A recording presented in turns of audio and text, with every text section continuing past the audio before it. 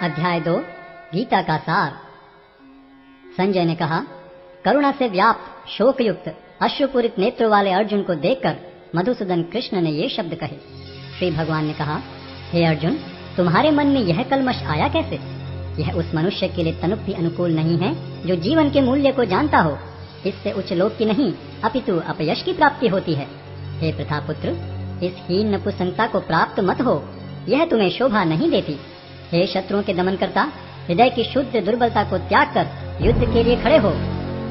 अर्जुन ने कहा, हे शत्रुहंता, हे मधुसूदन, मैं युद्ध भूमि में किस तरह भीष्म तथा द्रोण जैसे पूजनीय व्यक्तियों पर उलटकर बाण चलाऊंगा। ऐसे महापुरुषों को जो मेरे गुरु हैं, उन्हें मारकर जीने की अपेक्षा इस संसार में भीख मांगकर खाना अच्छा है। भले ही वे सांसारिक लाभ के इच्छुक हों, किंतु हैं तो गुरुजन ही। यदि उनका वध होता है तो हमारे द्वारा भोग्य प्रत्येक वस्तु उनके रक्त से सनी होगी। हम यह भी नहीं जानते कि हमारे लिए क्या श्रेष्ठ है, उनको जीतना या उनके द्वारा जीते जाना। यदि हम धृतराष्ट्र के पुत्रों का वध कर देते हैं तो हमें जीवित रहने की आवश्यकता नहीं है, फिर भी वे युद्ध भूमि में हमारे समक्ष खड़े हैं।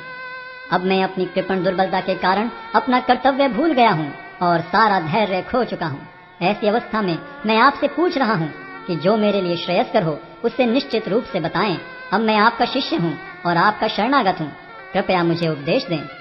मुझे ऐसा कोई साधन नहीं दिखता जो मेरी इंद्रियों को सुखाने वाले इस शोक को दूर कर सके। स्वर्ग पर देवताओं के अधिपत्य की तरह इस धन धान्य संपन्न सारी पृथ्वी पर निष्कंटक राज्य प्राप्त करके भी मैं इस शोक को दूर नहीं कर सकूंगा। संजय ने कहा, इस प्रकार कहने के बाद शत्रुओं का दमन करने वाला अर्जुन कृष्ण से बोला, हे गोविंद, मैं युद्ध नहीं करूंगा, और चुप हो गया।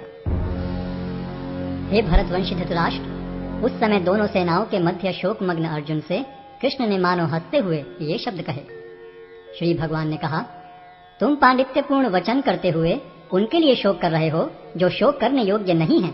जो विद्वान होते हैं वे न तो जीवित के लिए न ही मृत के लिए शोक करते हैं। ऐसा कभी नहीं हुआ कि मैं न रहा हूँ या तुम न रहे हो, अथवा ये समस्त राजा न रहे हों, और न ऐसा है कि भविष्य में हम लोग नहीं रहेंगे। जिस प्रकार शरीरधारी आत्मा इस शरीर में बाल्यावस्था से तरुणावस्था में और फिर वृद्धावस्था में निरंतर अग्रसर होता रहता है, उसी प्रकार मृत्यु होने पर आत्मा दूसरे शरीर में चला जाता है। धीर व्यक्ति ऐसे परिवर्तन से मोह को प्राप्त नहीं होता। हे कुंती पुत्र, सुख तथा दुख का क्षणिक उदय तथा कालक्रम में उनका अंतर्धान होना सर्दी तथा गर्मी की ऋतुओं के आने जाने के समान है। हे भरतवंशी, वे इंद्रिय बोध से उत्पन्न होते हैं और मनुष्य को चाहिए कि अविचल भाव से उनको सहन करना सीखे। हे पुरुष श्रेष्ठ अर्जुन, जो पुरुष सुख तथा दुख में विचलित नहीं होता और इन दोनों में संभाव रखता है, वह निश्चित रूप से मुक्ति के योग्य है। तत्वदर्शियों ने यह निष्कर्ष निकाला है कि असत का तो कोई चिरस्थायित्व नहीं है, किंतु सत अपरिवर्तनीय रहता है। उन्होंने इन दोनों की प्रकृति के अध्ययन द्वारा यह निष्कर्ष निकाला है। जो सारे शरीर में व्याप्त है उसे ही तुम अविनाशी समझो। उस अव्यय आत्मा को नष्ट करने में कोई भी समर्थ नहीं है। अविनाशी, अप्रमेय तथा शाश्वत जीव के भौतिक शरीर का अंत अवश्यम भावी है। अतः हे भरतवंशी, युद्ध करो। जो इस जीवात्मा को मारने वाला समझता है तथा जो इसे मरा हुआ समझता है, वे दोनों ही अज्ञानी हैं, क्योंकि आत्मा न तो मरता है और न मारा जाता है। आत्मा के लिए किसी भी काल में न तो जन्म है न मृत्यु। वह न तो कभी जन्मा है, न जन्म लेता है और न जन्म लेगा। वह अजन्मा, नित्य, शाश्वत तथा पुरातन है। शरीर के मारे जाने पर वह मारा नहीं जाता। हे पार्थ, जो व्यक्ति यह जानता है कि आत्मा अविनाशी, अजन्मा, शाश्वत तथा अव्यय है, वह भला किसी को कैसे मार सकता है या मरवा सकता है? जिस प्रकार मनुष्य पुराने वस्त्रों का त्याग कर नए वस्त्र धारण करता है, उसी प्रकार आत्मा पुराने तथा व्यर्थ के शरीरों को त्याग कर नवीन भौतिक शरीर धारण करता है। यह आत्मा न तो कभी किसी शस्त्र द्वारा खंड खंड किया जा सकता है, न अग्नि द्वारा जलाया जा सकता है, न जल द्वारा भिगोया या वायु द्वारा सुखाया जा सकता है। यह आत्मा अखंडित तथा अघुलनशील है। इसे न तो जलाया जा सकता है, न ही सुखाया जा सकता है। यह शाश्वत, सर्वव्यापी, अविकारी, स्थिर तथा सदैव एक सा रहने वाला है। यह आत्मा अव्यक्त, अकल्पनीय तथा अपरिवर्तनीय कहा जाता है। यह जानकर तुम्हें शरीर के लिए शोक नहीं करना चाहिए। किंतु यदि तुम यह सोचते हो कि आत्मा अथवा जीवन का लक्षण सदा जन्म लेता है तथा सदा मरता है, तो भी हे महाबाहु, तुम्हारे शोक करने का कोई कारण नहीं है। जिसने जन्म लिया है उसकी मृत्यु निश्चित है और मृत्यु के पश्चात पुनर्जन्म भी निश्चित है। अतः अपने अपरिहार्य कर्तव्य पालन में तुम्हें शोक नहीं करना चाहिए। सारे जीव प्रारंभ में अव्यक्त रहते हैं, मध्य अवस्था में व्यक्त होते हैं और विनष्ट होने पर पुनः अव्यक्त हो जाते हैं। अतः शोक करने की क्या आवश्यकता है? कोई आत्मा को आश्चर्य से देखता है, कोई इसे आश्चर्य की तरह बताता है तथा कोई इसे आश्चर्य की तरह सुनता है, किंतु कोई कोई इसके विषय में सुनकर भी कुछ नहीं समझ पाते। हे भरतवंशी, शरीर में रहने वाले का कभी भी वध नहीं किया जा सकता, अतः तुम्हें किसी भी जीव के लिए शोक करने की आवश्यकता नहीं है। क्षत्रिय होने के नाते अपने विशिष्ट धर्म का विचार करते हुए तुम्हें जानना चाहिए कि धर्म के लिए युद्ध करने से बढ़कर तुम्हारे लिए अन्य कोई कार्य नहीं है, अतः तुम्हें संकोच करने की कोई आवश्यकता नहीं है। हे पार्थ, वे क्षत्रिय सुखी हैं जिन्हें ऐसे युद्ध के अवसर अपने आप प्राप्त होते हैं, जिससे उनके लिए स्वर्ग लोक के द्वार खुल जाते हैं। किंतु यदि तुम युद्ध करने के स्वधर्म को संपन्न नहीं करते तो तुम्हें निश्चित रूप से अपने कर्तव्य की उपेक्षा करने का पाप लगेगा और तुम योद्धा के रूप में भी अपना यश खो दोगे। लोग सदैव तुम्हारे अपयश का वर्णन करेंगे और सम्मानित व्यक्ति के लिए अपयश तो मृत्यु से भी बढ़कर है। जिन जिन महान योद्धाओं ने तुम्हारे नाम तथा यश को सम्मान दिया है, वे सोचेंगे कि तुमने डर के मारे युद्ध भूमि छोड़ दी है और इस तरह वे तुम्हें तुच्छ मानेंगे। तुम्हारे शत्रु अनेक प्रकार के कटु शब्दों से तुम्हारा वर्णन करेंगे और तुम्हारी सामर्थ्य का उपहास करेंगे। तुम्हारे लिए इससे दुखदायी और क्या हो सकता है? हे कुंती पुत्र, तुम यदि युद्ध में मारे जाओगे तो स्वर्ग प्राप्त करोगे, या यदि तुम जीत जाओगे तो पृथ्वी के साम्राज्य का भोग करोगे। अतः दृढ़ संकल्प करके खड़े हो और युद्ध करो। तुम सुख या दुख, हानि या लाभ, विजय या पराजय का विचार किए बिना युद्ध के लिए युद्ध करो। ऐसा करने पर तुम्हें कोई पाप नहीं लगेगा। यहाँ मैंने वैश्लेषिक अध्ययन द्वारा इस ज्ञान का वर्णन किया है। अब निष्काम भाव से कर्म करना बता रहा हूँ, उसे सुनो।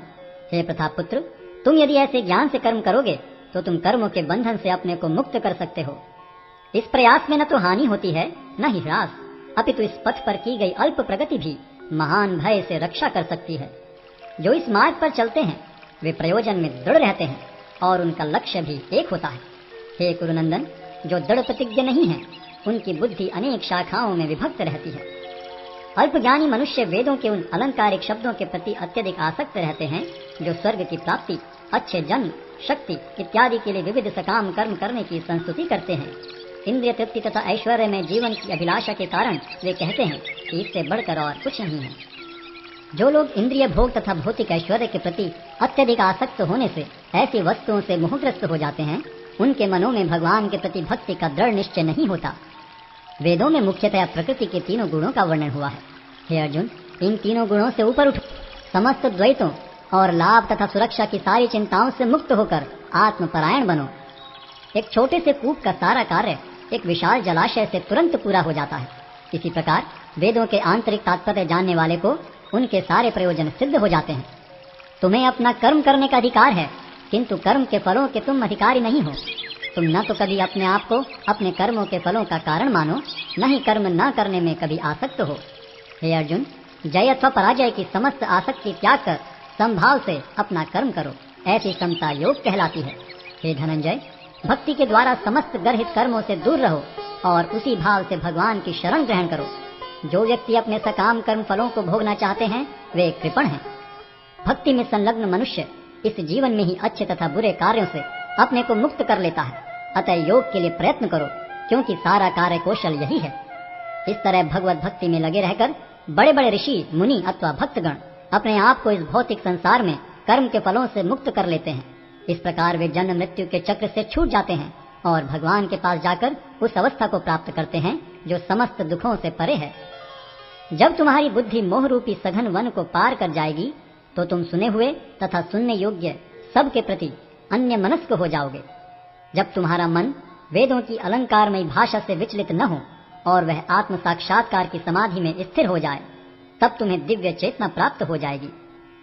अर्जुन ने कहा, हे कृष्ण, अध्यात्म में लीन चेतना वाले व्यक्ति के क्या लक्षण हैं?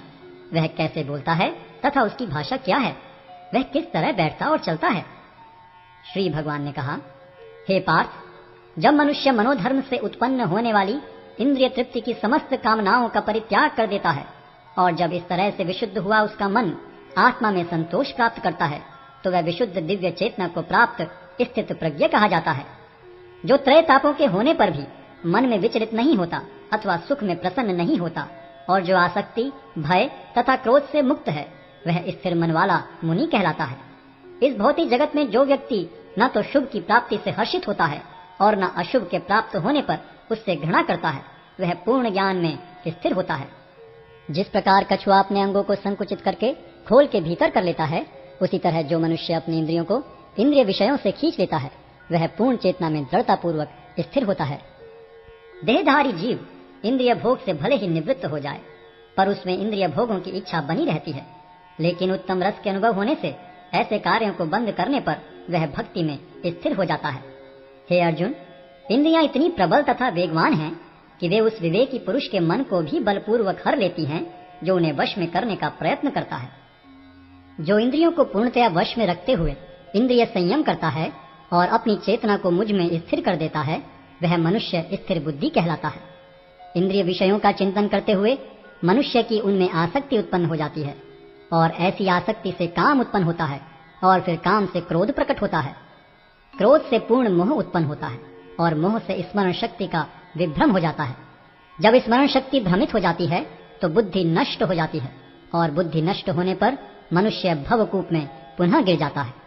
किंतु समस्त राग तथा द्वेष से मुक्त एवं अपनी इंद्रियों को संयम द्वारा वश में करने में समर्थ व्यक्ति भगवान की पूर्ण कृपा प्राप्त कर सकता है। इस प्रकार से कृष्ण भावनामृत में तुष्ट व्यक्ति के लिए संसार के तीनों ताप नष्ट हो जाते हैं और ऐसी तुष्ट चेतना होने पर उसकी बुद्धि शीघ्र ही स्थिर हो जाती है। जो कृष्ण भावनामृत में परमेश्वर से संबंधित नहीं है, उनकी न तो बुद्धि दिव्य होती है और न ही मन स्थिर होता है, जिसके बिना शांति की कोई संभावना नहीं है। शांति के बिना सुख हो भी कैसे सकता है। जिस प्रकार पानी में तैरती नाव को प्रचंड वायु दूर बहा ले जाती है, उसी प्रकार विचरणशील इंद्रियों में से कोई एक जिस पर मन निरंतर लगा रहता है, मनुष्य की बुद्धि को हर लेती है। अतः हे महाबाहु, जिस पुरुष की इंद्रियां अपने अपने विषयों से सब प्रकार से विरत होकर उसके वश में है, उसी की बुद्धि निस्संदेह स्थिर है। जो सब जीवों के लिए रात्रि है, वह आत्म संयमी के जागने का समय है, और जो समस्त जीवों के जागने का समय है, वह आत्म निरीक्षक मुनि के लिए रात्रि है। जो पुरुष समुद्र में निरंतर प्रवेश करती रहने वाली नदियों के समान इच्छाओं के निरंतर प्रवाह से विचलित नहीं होता और जो सदैव स्थिर रहता है, वही शांति प्राप्त कर सकता है, वह नहीं जो ऐसी इच्छाओं को तुष्ट करने की चेष्टा करता हो। जिस व्यक्ति ने इंद्रिय तृप्ति की समस्त इच्छाओं का परित्याग कर दिया है, जो इच्छाओं से रहित रहता है और जिसने सारी ममता त्याग दी है तथा अहंकार से रहित है, वही वास्तविक शांति को प्राप्त कर सकता है। यह आध्यात्मिक तथा ईश्वरीय जीवन का पथ है, जिसे प्राप्त करके मनुष्य मोहित नहीं होता। यदि कोई जीवन के अंतिम समय में भी इस तरह स्थित हो, तो वह भगवत धाम में प्रवेश कर सकता है।